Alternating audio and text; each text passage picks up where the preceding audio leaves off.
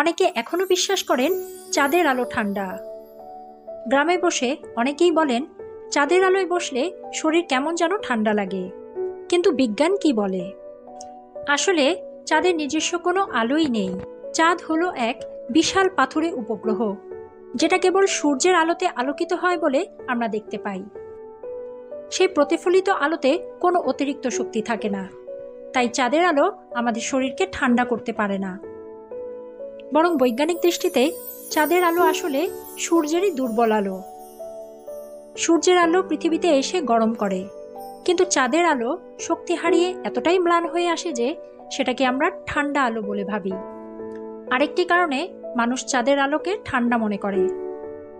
সাধারণত রাতের বেলায় তাপমাত্রা স্বাভাবিকভাবেই কমে যায়, তখন পরিবেশ ঠান্ডা থাকে, আর সেই পরিবেশের সাথে চাঁদের আলো যুক্ত করে আমরা মনে করি চাঁদের আলো ঠান্ডা। অতএব চাঁদের আলো নিজে ঠান্ডা নয়, এটা কেবলই সূর্যের আলো, যা দুর্বলভাবে প্রতিফলিত হয়ে আমাদের চোখে পৌঁছায়। রাতের ঠান্ডা আবহাওয়া আর ম্লান আলো মিলিয়ে চাঁদের আলোকে ঠান্ডা মনে করা হয়।